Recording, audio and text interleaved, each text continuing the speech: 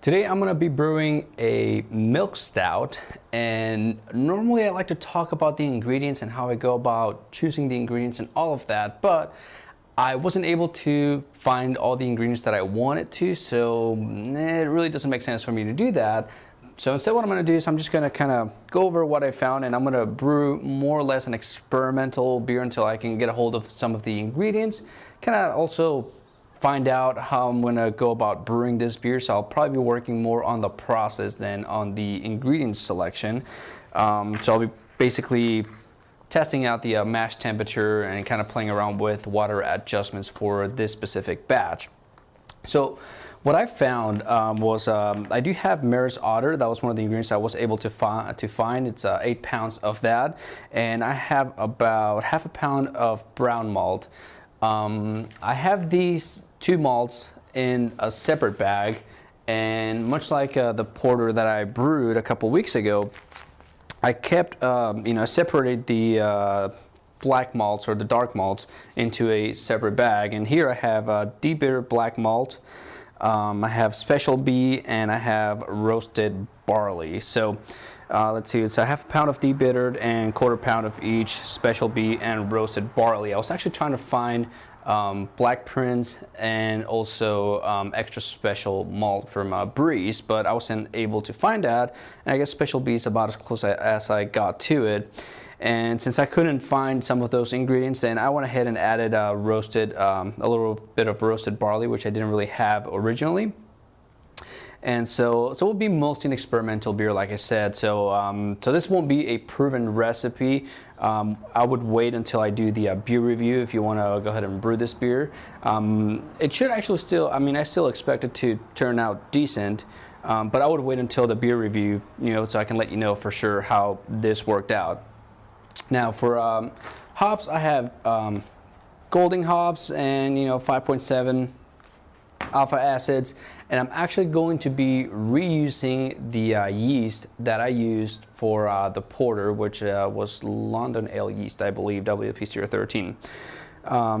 So other than that, I have a pound of lactose, which I forgot to bring out here, but I'll be adding that. And so with that, let's go ahead and get started. Let's brew.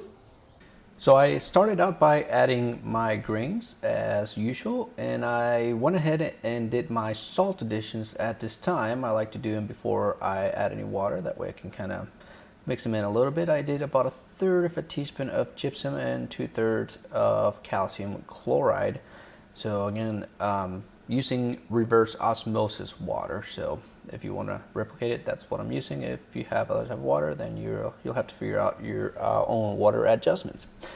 I went ahead and striked in and mashed in about 158 degrees. That was my target. I ended up hitting that target right on the dot, and I just basically left it sitting for about 45 minutes. Again, I kept the dark grains out mostly so it's easier for me to do water adjustments. Now, if you have carbonate water, you may do the grains at the very beginning, but I did them at the end, and this is basically when I started to mash out. So I added the dark grains, and I brought my temperature up to about 100. Well, I didn't hit 178. It got closer to about 168, 169. So I just left that sitting for about 5 minutes, just long enough for it to settle. I recirculated, and then I just started to transfer all the wort into my kettle. Now I batch sparge, so I basically collected all the wort from that sparge and repeated the process. And then I started to basically collect all the wort. Now, normally I would have collected about 6.5 gallons, but I ended up collecting 7 gallons for this batch, and I'll tell you why here in a minute. So from 7 gallons, I started to boil this down to about, I boiled down to 5 gallons. So I kind of let this boiling for a while, and then once I had 60 minutes to go to the boil, then that's when I started to add my hops. So hop additions was just all the full ounce of the Golding hops at 60 minutes. So just added the hops, stirred up a bit, boiled for 60 minutes, And at the end of the boil, I went ahead and added the lactose, full pound of it. Sorry, Timmy, you won't be able to drink this beer. That's my friend who's lactose intolerant. But anyways, I added the lactose, like I said, at the end of the boil. So right after that, I went ahead and started to cool down my wort.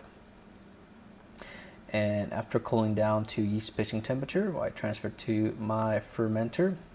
And then I went ahead and added the yeast. Now, as you can see, I'm basically going to add 2 pints of this is basically the yeast that I collected.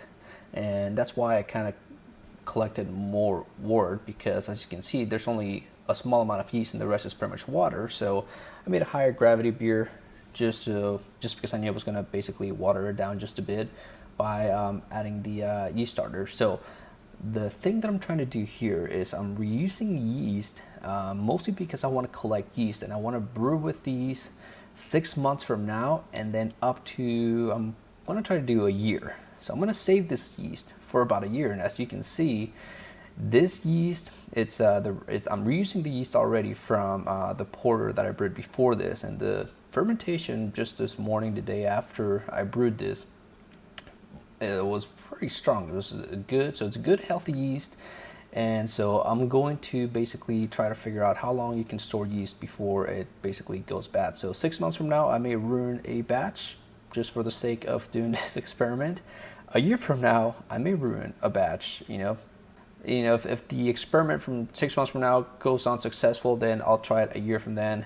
And I mean, I don't see a reason why I would store yeast for longer than a year. So I would just do it up to a year. But as you can see, fermentation is good right now. So we'll revisit this 6 months from now, a year from now. And for now, look out for the homebrew review on this beer, just so I can let you know how this turned out. Like I said, this is mostly an experimental brew. It's a milk stout. So with that being said, I'll see you guys next video.